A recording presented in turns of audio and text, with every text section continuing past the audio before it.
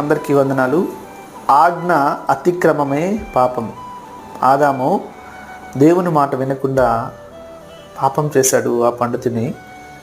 అయితే ఆ పాపం వలన దేవునికి మానవునికి మధ్య ఎడబాటు ఏర్పడింది, దూరం పెరిగింది.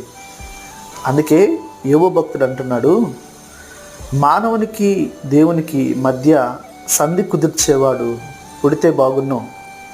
పాప సహితుడిలో నుండి పాపరహితుడు వస్తే ఎంత మేలు. ఒక మధ్యవర్తి కావాలి, దేవునికి మానవునికి సమాధానం పరచాలి.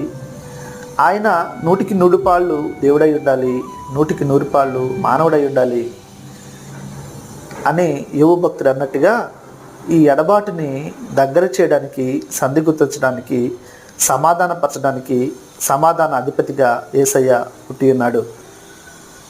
అర్థమవుతుందా? అదే రక్షణ దినం